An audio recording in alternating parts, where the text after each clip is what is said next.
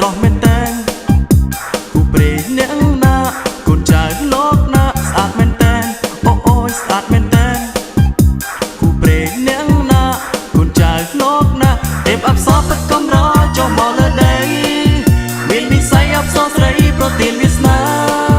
សំណាងមានពិតជាស្ពានពិតជាលៀបជួបជីវ៉ាបានធ្វើជាទេវតាក្បែរស្រីស្រស់យ៉ាងនេះស្រស់យ៉ាងនេះរុនថតស្អាតយ៉ាងនេះអូនស្អាតយ៉ាងនេះញប់ញ័រឃើញអូនភ្លាមបងឃើញអូនភ្លាមរុនថតរុនថតរុនថតរុនថតញប់ញ័រញប់ញ័រពេញបេះដូង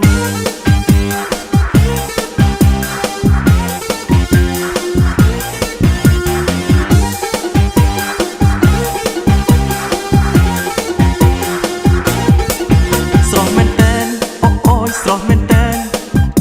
គូព្រេងអ្នកណាកូនចៅលោកណាស្អាតមែនតែនអូយស្អាតមែនតែន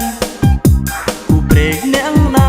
កូនចៅលោកណាទេពអប្សរពិតកំរចុះមកលើដីមាននិស្ស័យអប្សរស្រីប្រទានវាសនាសំណាងមានពិតជាស្ពានពិតជាលៀបជួបជីវ៉ាបានធ្វើជាទេវតាក្បែរស្រីស្រស់យ៉ាងនេះអូនស្រស់យ៉ាងនេះរុនថតស្អាតយ៉ាងនេះអូនស្អាតយ៉ាងនេះញប់ញ័រឃើញអូនភ្លាមបងឃើញអូនភ្លាមរុនថតរុនថតរុនថតរុនថតញប់ញ័រស្រស់យ៉ាងនេះស្រស់យ៉ាងនេះរុនថតស្អាតយ៉ាងនេះអូនស្អាតយ៉ាងនេះញប់ញ័រឃើញអូនភ្លាមបងឃើញអូនភ្លាមរុនថតរុនថតរុនថតរុនថតញប់ញ័រញប់ញ័រពេញបេះដូង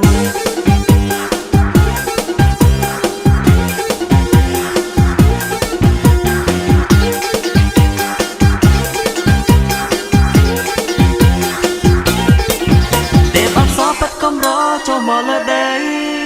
មាននិស្ស័យអប្សរស្រីប្រទានវាសនាសំណាងមានពិតជាស្ពានពិតជាលៀបជួបជីវ៉ាបានធ្វើជាទេវតា